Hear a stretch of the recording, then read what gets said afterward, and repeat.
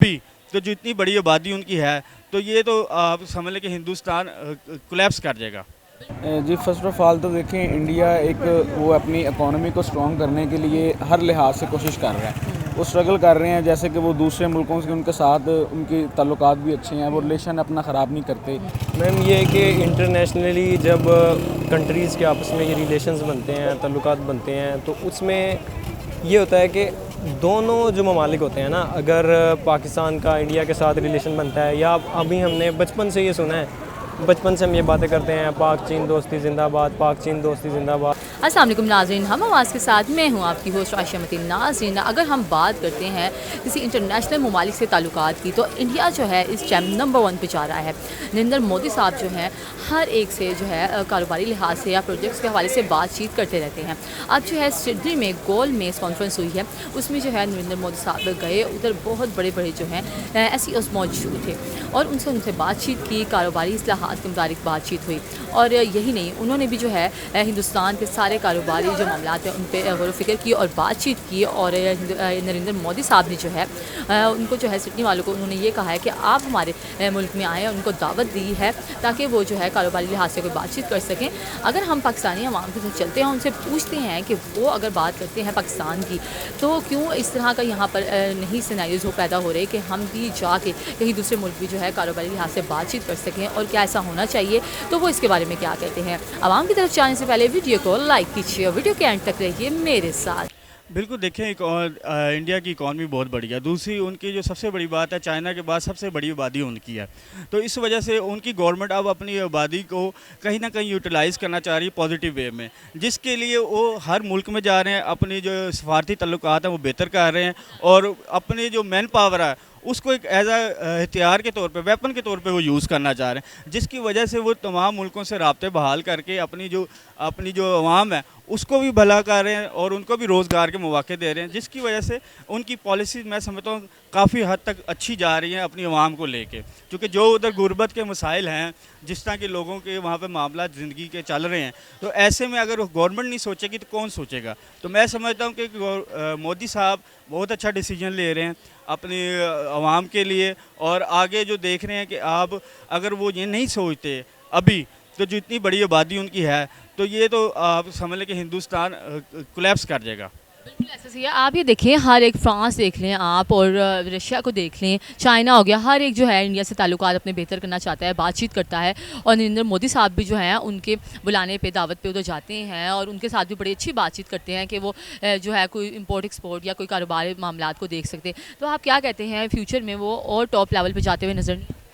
बिल्कुल देखें, आप उनकी ऑटोमोबाइल देख लें, टेक इंडस्ट्री देख लें, बाकी जो आपकी लोकल उनकी मैन्युफैक्चरिंग है उसमें देख लें, कॉस्मेटिक इंडस्ट्री देख लें, वो तमाम इंडस्ट्रीज़ में अपना सिक्का मनवा रहे हैं। और आहिस्ता आहिस्ता से टाइम तो लगता है, एक आप चाइना की अगर देख लें या रशियंस को देख लें, उनको भी टाइम लगा है, तो इनको भी टाइम लगेगा।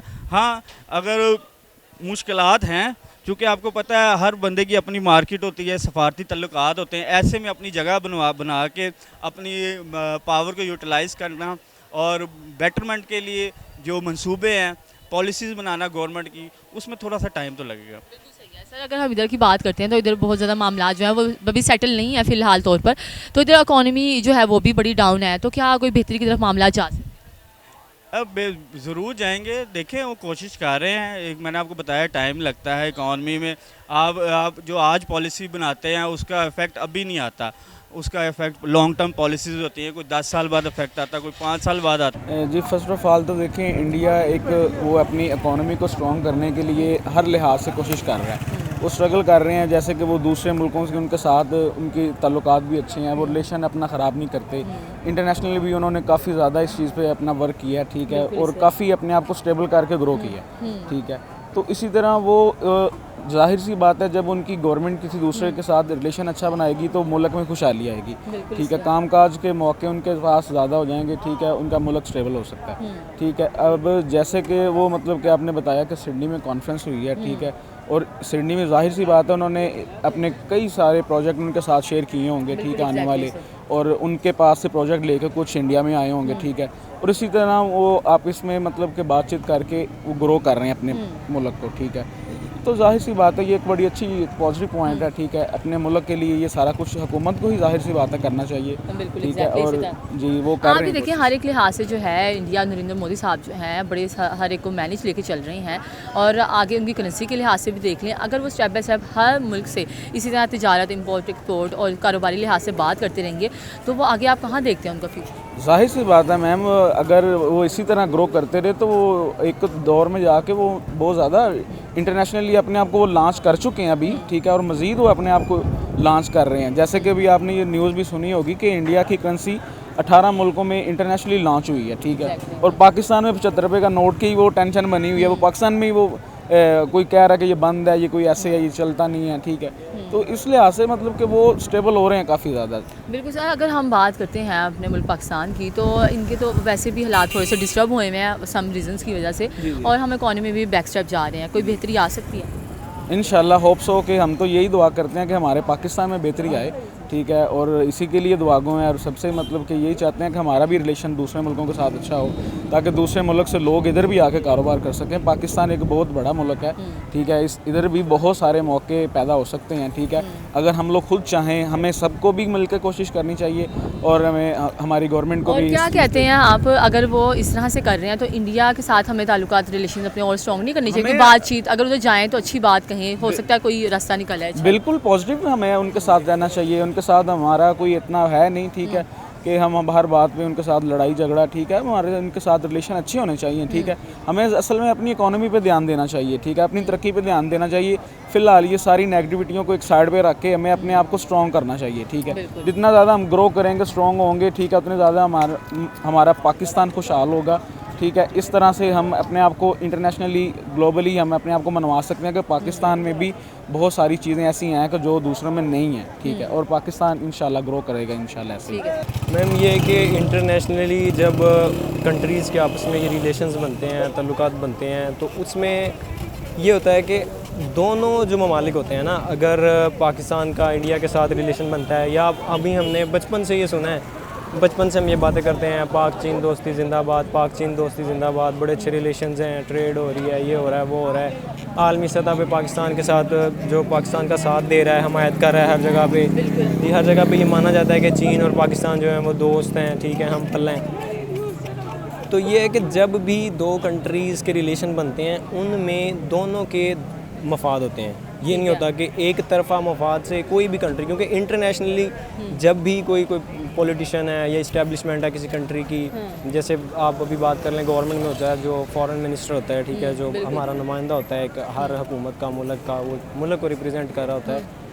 तो ये है कि जब रिलेशंस बनते हैं तो दोनों का फ़ायदा होता है, ठीक है। अब ये जो आप अगर देखेंगे कंट्रीज़ हैं, ऑस्ट्रेलिया की आप बात कर रही हैं, या आप सिडनी में उन्होंने की है ना, तो उन्होंने बड़े अच्छे ताल्लुकात आपस में, जाहिर बात है उन्होंने अपने मुल्क को मफाद के लिए करना है तो वो तो करेंगी बात। अगर आप अभी इन्हें दोनों कंट्रीज़ को देखेंगे, इनको तोलेंगे, तो ये तकरीबन एक दूसरे के अब बराबर आ रहे हैं, ठीक है। क्योंकि इंडिया की जो डेवलपमेंट है वो भी दिन ब दिन हम देख रहे हैं, हम उसको ऑब्ज़र्व कर रहे हैं। IT का सेक्टर देख लें, आप मेडिकल का सेक्टर देख लें, यहाँ पे वो मशीनें भी नहीं हैं जो वहाँ पे इजीली अवेलेबल हैं, ठीक है। वहाँ पे आप ये सर्जरीज़ हैं, बाजू की सर्जरी, अगर बाजू कटा है तो वो नया बाजू लगाते हैं, ठीक है।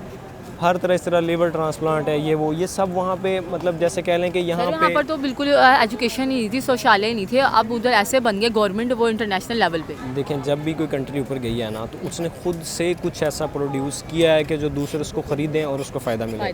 आप भी ये सोचेंगे कि बिज़नेस क्या है, यही बिज़नेस है कंट्री लेवल पे, इंटरनेशनल लेवल पे, कि आप कुछ ऐसी चीज़ बनाएं या आप दुनिया को कुछ ऐसा दिखाएं कि जो ज़रूरत बने किसी की।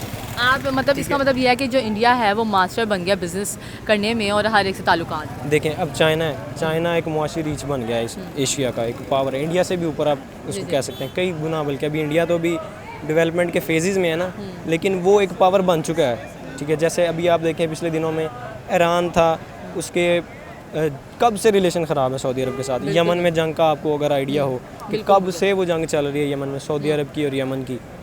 तो ये है कि वो अभी किसी ने एशिया में, पाकिस्तान कह लें, बहुत बड़ा इस्लामी मुल्क माना जाता है, ठीक है, और भी हैं, तो किसी ने भी ये कोशिश नहीं की कि वो जंगबंदी हो जाए या वो सुलह हो जाए। तो ये काम किसने किया? चाइना ने।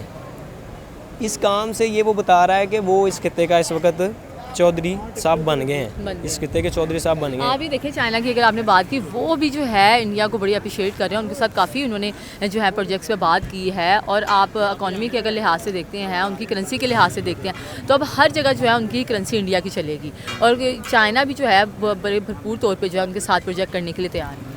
देखिए मैम, बात वही है कि दो मुल्क जब एक बराबरी के होते हैं ना, तो वो आपस में चलते हैं ठीक ठाक। जैसे कि मुझे एक मफाद है, मैं आपको गंदम बेच रहा हूँ, ठीक है, और आपसे कुछ और इंपोर्ट कर रहा हूँ उसके बदले में, या जिस तरह भी, तो ये क्या है कि दोनों का एक तवाज़न है, ठीक है।